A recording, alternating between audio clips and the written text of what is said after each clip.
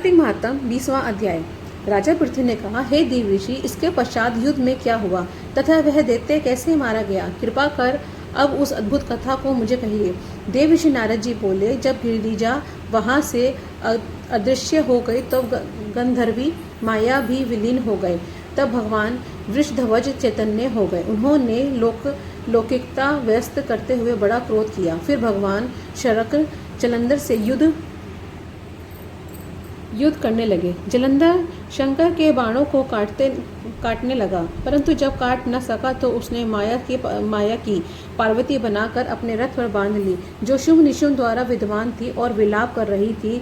तब अपनी प्रिय पार्वती को इस प्रकार कष्ट में देखकर लौकिक लीला दिखाते हुए भगवान शंकर प्रकृत जनों की तरह व्याकुल हो गए और उन्होंने अग्नि पुंज की तरह भयंकर रौद्र रूप धारण कर लिया।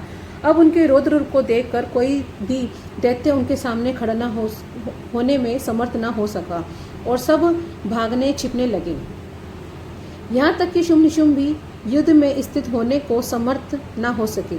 जलंधर की सारी माया क्षण मात्र से नष्ट हो गई। संग्राम में चारों ओर हाहाकार होने लगा।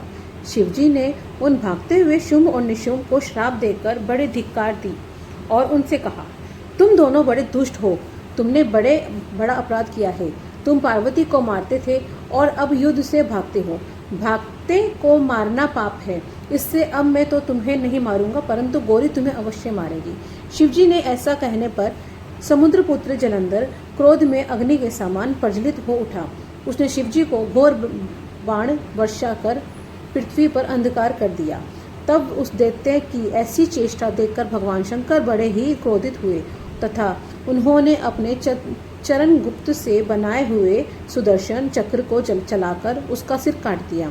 एक प्रचंड शब्द के साथ उसका सिर पृथ्वी पर गिर पड़ा और महान हाहाकार होने लगा। अंजन पर्वत के समान उसके शरीर के 2 खंड हो गए। उसके रुधिर से संग्राम भूमि व्याप्त हो गई। सारी पृथ्वी विह्वल हो गई।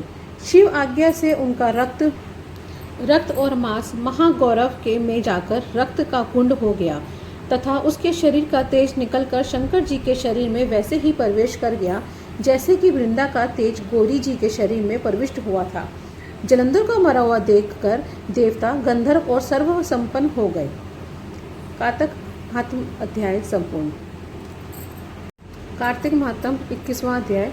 श्री नारद जी ने कहा, अब ब्रह्मा आदि देवताओं ने नतमस्तक होकर भगवान शंकर की बड़ी स्तुति की और कहा, हे प्रभु, आप प्रकृति से बड़े पर ब्रह्म और परमेश्वर हैं।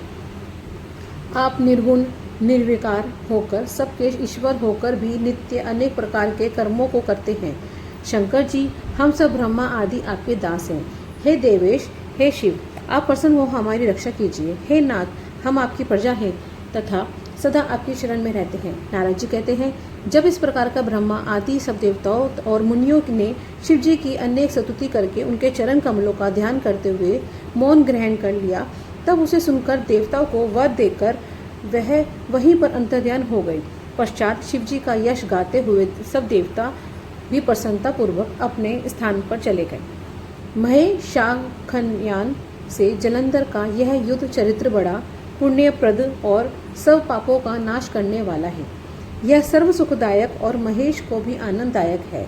जो इन दोनों आख्यानों को पढ़ेगा और पढ़वावेगा, वह यहाँ पर सुखों को भोगकर अंत में गणेश पद को पावेगा। बोलो कार्तिक महात्म की जय। 21वां अध्याय संपूर्ण।